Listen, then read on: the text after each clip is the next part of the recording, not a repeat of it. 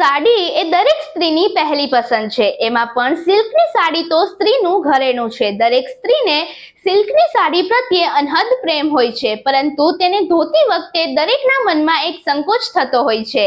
નમસ્કાર, હું છું આપની સાથે સાઈમા સૈયદ અને આપ જોઈ રહ્યા છો ન્યૂ ગુજરાતી ન્યૂઝ। કિંમતી સાડીઓની સારી રીતે કાળજી લેવી પડે છે। ખાસ કરીને મોટા ભાગના લોકો ઘરે સિલ્કની સાડીઓ ધોવાનું ટાળે છે। આ સાડીઓ ઘણી મોંઘી હોય છે અને ઘરે ધોવાથી તેની ચમક અને રંગ બગડવાનો ભય રહે છે। આ જ કારણ છે કે લોકો તેમની સિલ્ક સાડીઓને ડ્રાય ક્લીન કરાવે છે। જો કે કેટલીક બાબતોને ધ્યાનમાં રાખીને તમે સિલ્કની સાડીઓને ઘરે પણ ધોઈ શકો છો, પરંતુ ધ્યાનમાં રાખો કે સામાન્ય કપડાની જેમ સિલ્કની સાડી ધોવાથી સાડી બગડી શકે છે। તેથી ધોતા પહેલા આ મહત્વપૂર્ણ બાબતો જાણો। જો તમે ઘરે સિલ્કની સાડી કે સૂટ ધોતા હોવ તો સૌથી પહેલા આ માટે ગરમ પાણીનો ઉપયોગ ન કરવો।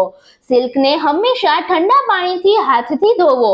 સાડી ધોતા પહેલા તેને એક ડોલમાં અડધો કલાક પલાળી રાખો, ત્યારબાદ ધોવાની પ્રક્રિયા શરૂ કરો। સિલ્કની સાડીઓ ધોવા માટે વિનેગારનો ઉપયોગ કરો। એક ડોલને પાણીથી ભરો અને તેમાં 2 ચમચી વિનેગાર મિક્સ કરો। હવે પલાળેલા પાણીમાંથી સાડીને બહાર કાઢીને વિનેગારના પાણીમાં 10 થી 15 મિનિટ માટે રહેવા દો। તમારે વિનેગારની માત્રા વધારે કે ઓછી તમારા મત મુજબ રાખી શકો છો। સિલ્ક જેવા નરમ અને કિંમતી કાપડને ધોવા માટે તમારે હળવા ડિટર્જન્ટનો ઉપયોગ કરવો પડશે। તમારે વધુ પડતા ડિટર્જન્ટનો ઉપયોગ કરવાની જરૂર નથી। સાડીને હળવા ડિટર્જન્ટથી સાફ કરવામાં આવશે તો તેની ચમક પણ રહેશે। આનાથી સિલ્ક ફેબ્રિકને પણ કોઈ નુકસાન નહીં થાય। તમે કોઈ બ્લીચ ડિટર્જન્ટનો પણ ઉપયોગ કરી શકો છો।